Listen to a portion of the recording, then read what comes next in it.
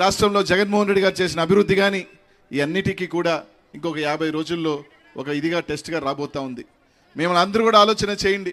ఈరోజు జగన్మోహన్ రెడ్డి గారు ఈరోజు 4.5 సంవత్సరం తర్వాత ఇవన్నీ పరిపాలన తర్వాత 9 నెలల పరిపాలన తర్వాత ఈ భారతదేశ చరిత్రలో ఏకైక ముఖ్యమంత్రి జగన్మోహన్ రెడ్డి గారు నేను మంచి చేస్తేనే నాకు ఓటేయండి, నేను సాయం నేను కరెక్ట్గా సంక్షేమం చేసుంటేనే నేరుగా మంచి చేస్తుంటేనే నాకు ఓటేయండి అని అడిగే దమ్మున్న ముఖ్యమంత్రి ఈ రాష్ట్రంలో ఎవరన్నా ఉన్నారు అంటే అది ఒక జగన్మోహన్ రెడ్డి గారు మాత్రమే అని తెలియజేస్తా ఉన్నా.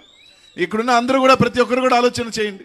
ఈరోజు జగన్మోహన్ రెడ్డి గారు ముఖ్యమంత్రి అయిన తర్వాత వీళ్ళందరూ మాట్లాడుతూ ఉన్నారు జగన్మోహన్ రెడ్డి గారు అభివృద్ధి చేయలేదని చెప్పి.